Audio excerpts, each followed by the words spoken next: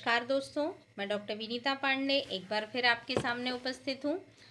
आप सभी ये देख रहे हैं कि अभी का जो समय है वो बहुत ही क्रिटिकल है और चूंकि कोरोना जैसी महामारी फैली हुई है और बहुत सारे लोगों ने कई सवाल किए हैं और मैंने आज डिसाइड किया है कि उन सभी के सवालों का हम जवाब देंगे। तो बहुत सारे व्यक्तियों का ये कहना है कि महिलाएं जो हैं वो घर में रहते रहते, जैसे जो वर्किंग वूमेन हैं, वो घर में रहते हुए फ्रस्ट्रेशन का शिकार हो रही हैं। बहुत सारे ऐसे युवा हैं जिनकी नौकरियां छूट गई हैं, बहुत सारे लोग घर से कार्य कर रहे हैं। तो इस प्रकार की जो समस्याएं हैं लोगों को देखने को मिल रही हैं। बुजुर्ग और वृद्धजन जो हैं और जो आपके प्रौढ़ावस्था के लोग हैं, बहुत सारे घरों में बंद हो गए हैं और उनका किसी से भी मिलना जुलना नहीं हो पा रहा है। तो इस परिस्थिति में वे अपनी मन में शांति किस प्रकार से लाएं और अपने को अभिप्रेरित किस प्रकार से करें, इस पर आज हम बात कर रहे हैं। तो सबसे ज़रूरी चीज़ हमारे जीवन में ये होती है कि हम अपने जीवन को किस प्रकार से देखते हैं और वर्तमान परिवेश को हम किस प्रकार से लेकर के चलते हैं। कई बार ऐसा होता है कि बहुत सारी समस्याएं होती, जैसे अगर हम अभी के समय को देखें तो अभी हमें किस प्रकार के उपाय अपनाना चाहिए। तो मैं ये बताना चाहूँगी कि यदि हम महिलाओं की बात करें तो या बच्चों की बात करें, चलिए हम सबसे पहले बच्चों को लेकर के चलते हैं। तो माता पिता को ये चाहिए कि वो बच्चों को रोज़ एक एक नया टास्क दें, उनको बताएं। आप छोटी छोटी चीज़ों को निकालिए कि जैसे मान लीजिए आप ड्राइंग करते हैं, आपको अपने सारे सब्जेक्ट की पढ़ाई के साथ एक एक सब्जेक्ट को या दो सब्जेक्ट को आप लेकर के चलिए और एक या दो सब्जेक्ट को आप रोज़ पढ़िए और लिखिए, रीडिंग कीजिए। और घर परिवार के जो बड़े बुजुर्ग हैं वो बच्चों को कहानियाँ सुनाएं, छोटे छोटे गेम खिलाएं और उनको अपनी जिम्मेदारियों का एहसास कराएं। कई लोगों का फ़ोन आता है कि बच्चे बहुत ऊब गए हैं, अब वो घर के बाहर जाना चाहते हैं, स्कूल खुलवाए जाएं, कॉलेज खुलवाए जाएं। तो मैं ये कहना चाहूँगी कि आप सभी को, अपने विद्यार्थियों को या अपने बच्चों को ये समझाना बहुत ज़रूरी है कि किस प्रकार से हम अपने समय का सदुपयोग करें। हम परेशान ना हों, धीरज रखें, क्योंकि धैर्य में ही हमारी जो सारी ताकत होती है वो धैर्य में ही होती है। जो धैर्य रख के आगे बढ़ता है वो हमेशा सफल होता है। अब हम बात अगर करते हैं महिलाओं की, तो महिलाएं कई प्रकार से फ्रस्ट्रेट होती हैं। जैसे मैंने देखा कि बहुत लोग अपने व्यवहारों के कारण परेशान होते हैं। तो बहुत सारी महिलाओं को, मैं भी चूँकि एक महिला हूँ, लेकिन मैं आप सभी को ये सजेस्ट करूँगी कि हम कई बार हमें ऐसा लगता है कि हमने सारी दुनिया का बोझ उठा करके अपने सिर पे रखा है। ये बहुत सारी महिलाओं की बात है, कई बार अपने को भी लगता है। तो आपको मैं ये बताना चाहूँगी कि आप हर कार्य के लिए अपने आप को जिम्मेदार ना मानें और हर चीज़ की जिम्मेदारी अपने सिर पर भी ना लें। अगर आपको लगता है कि घर का आपसे जितना काम बन रहा है, बहुत ही सुचारू रूप से और स्वाभाविक रूप से आप जितना कर सकते हैं उतना कीजिए। अधिक समय या अपना अधिक श्रम खर्च करने की आवश्यकता नहीं होती। कई बार हम अपने आप को अननेसेसरी प्रेशर में डालते हैं। जैसे कई लोगों को मैंने देखा, एक ही दिन में ये अलमारी भी साफ़ होगी, ये भी होगा, खाने में भी बहुत सारे व्यंजन बनेंगे, सारी चीज़ें होंगी। तो सबसे ज़रूरी है कि हम टाइम मैनेजमेंट को सीखें। समय का प्रबंधन हमारे जीवन में बहुत ज़रूरी है। आपको जब पता है कि कल अगले दिन हमें क्या क्या कार्य करने हैं, किस प्रकार से करने हैं, तो आपको अपनी दिनचर्या उसी प्रकार से डिसाइड करके रखना चाहिए। और घर आपका कोई जेल खाना नहीं है कि जहाँ पर आप ऊबने लगें। मैं तो खुद रहती हूँ और मैंने ये महसूस किया है कि वर्किंग प्लेस हो या घर है, मैं कभी भी कहीं से ऊबती नहीं हूँ, क्योंकि मेरे पास इतने काम होते हैं, इतनी सारी चीज़ें सोच के रखी होती है, लगता है कि ये जीवन कम पड़ जाएगा। तो आप सबको भी इसी प्रकार से अपने जीवन में उद्देश्यों को ढूंढना चाहिए। छोटे छोटे उद्देश्यों को आप पूरा कीजिए। कई लोगों की सोच होती है, अरे हमारे करने से क्या होगा, केवल हम करेंगे तो क्या होगा। तो मैं ये कहती हूँ और बहुत सारे विद्वानों ने भी ये कहा है कि छोटे-छोटे काम को करने से हम खुद व्यस्त रहते हैं, हम खुश होते हैं, सुखी होते हैं। अब आज अगर हम देखें तो मनोचिकित्सक की आवश्यकता बहुत सारे लोगों को क्यों पड़ रही है? उसका कारण ये है कि हमने अपने आप को बाकी चीज़ों में कहीं खो दिया है। ठीक है, आपका मोबाइल है, आपकी टीवी है, आपकी बहुत सारी चीज़ें, मगर हम अननेसेसरी चीज़ों में फँस करके अपना समय बर्बाद कर देते हैं। हमारे पास बहुत सी ऐसी चीज़ हैं, लोग मोबाइल में अगर देखना शुरू करते हैं तो आप 1 घंटे दीजिए, 2 घंटे दीजिए, लेकिन अगर आप ये कहें कि आप केवल उसमें पूरे टाइम वीडियो ही देखते रहते हैं, आप उसमें चैट करते रहते हैं, तो ये सारी चीज़ें हमारे स्वास्थ्य के लिए नुकसानदायक है। आपको अध्ययन से भी जुड़ना चाहिए, आपको पढ़ाई-लिखाई कीजिए, यदि आप सिलाई-कढ़ाई जानती हैं तो आप थोड़ा-सा वो कीजिए, आप भजन सुनें, आप अभी पुरुषोत्तम माह है, भागवत सुनें, गीता सुनें, हमारे टीवी चैनल्स पे गीता भागवत भी आती है और बहुत अच्छी आती है।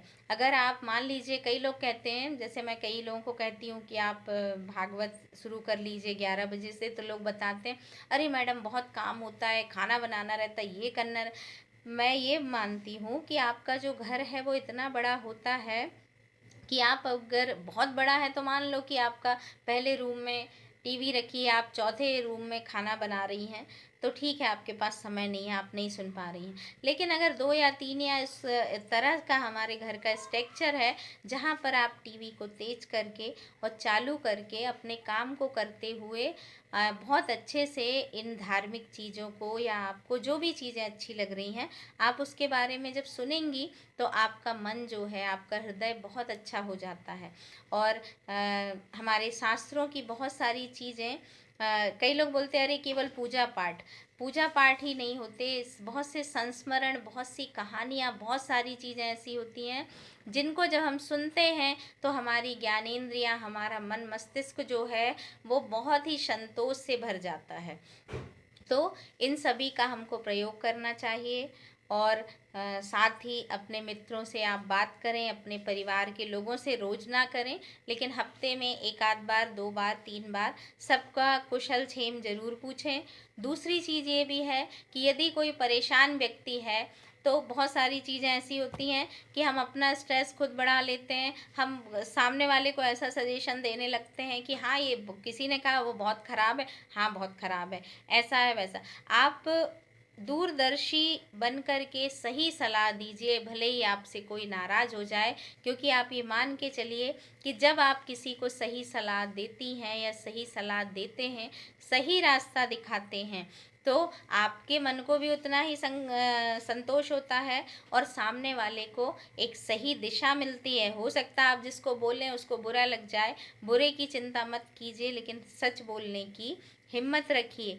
तो रिश्तों को संवारने का बहुत ही अच्छा तरीका होता है कि यदि आप परिवार में भी कोई आपको बता रहा है वो आपका बहुत करीबी है, लेकिन अगर आपको लग रहा है कि वो कुछ गलत कर रहा है तो आप उसको टोकिए ज़रूर। अपने आसपास जो कुछ भी हो रहा है, आप अपने लिए, किसी और के लिए कुछ करें ना करें, हमें अपने लिए ज़रूर कुछ करना चाहिए, क्योंकि जब हम हमेशा अच्छा करते हैं, अच्छा सुनते हैं और अच्छी चीज़ों को एप्रिसिएट करते हैं, तो हम में एक ऊर्जा का संचार होता है, हम स्वयं बहुत खुश होते हैं और इन सब चीज़ों से हमारा जो है स्वास्थ्य अच्छा होता है।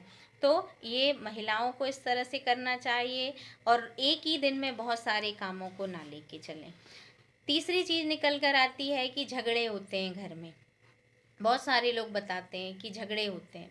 नई-नई उम्र में सबके साथ होते हैं, बहुत सारी चीज़ें होती हैं, वहाँ पर समायोजन की समस्या होती है। इस पर हम अगले वीडियो में बात करेंगे।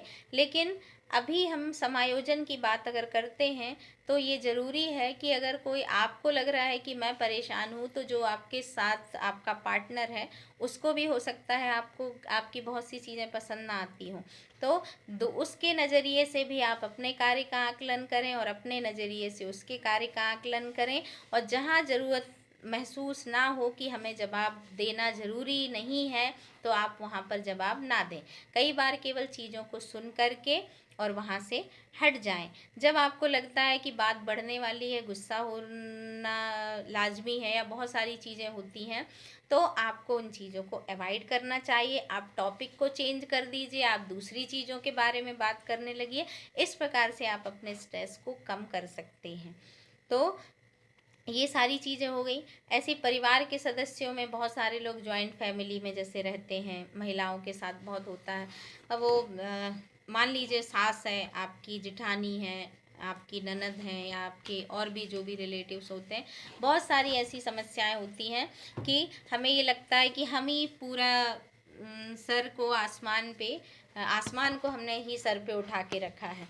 तो आप ये समझिए कि यदि आपको ऐसा लगता है कि आप ही बहुत परेशान हैं, तो हो सकता है सामने वाला भी ये सोचता है कि वो आपसे बहुत परेशान है।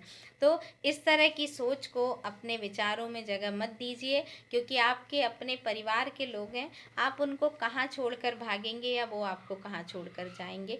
तो जो जैसा है उसको एक्सेप्ट करें, उसके बिहेवियर को समझ करके उसके अनुरूप व्यवहार करने की कोशिश करें।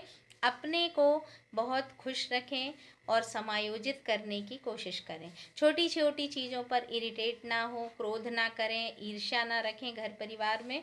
इस तरह की चीज़ों से को अगर आप अपनाएंगे तो कोई डिप्रेशन नहीं होगा, कोई परेशानी नहीं होगी। कभी कभी होती है, कई बहुत सारी चीज़ें होती हैं जिस पर कई लोग तुरंत रिएक्ट कर देते हैं। जहाँ पर बहुत ज़्यादा रिएक्ट करने वाली स्थिति हो, वहाँ 1% रिएक्ट करना भी ज़रूरी होता है, वो आपके स्वास्थ्य के लिए अच्छा होता है। लेकिन 99% चीज़ों को आपको रिएक्ट नहीं करना चाहिए। हो सकता है आप 10 मिनट शांत रहें, तो थोड़ी देर के बाद ऐसी परिस्थिति पैदा हो कि आपको उस टॉपिक पर बात करने की ज़रूरत ही ना हो। तो इस तरह से अपने सभी रिश्तों को संभालें।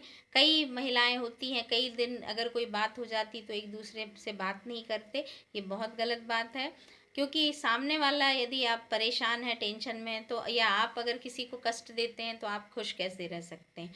तो इन सारी चीज़ों को देखें और अबोला घर में कभी ना करें, परिवार में कभी ना करें। जो भी सामने आए उससे बात करें और नॉर्मल हो जाए। कोई बात हो गई है तो उसको छोड़ दीजिए और अपने काम के प्रति आगे बढ़िए। ये समय सबके लिए बहुत दुखद है, बहुत चिंताग्रस्त है।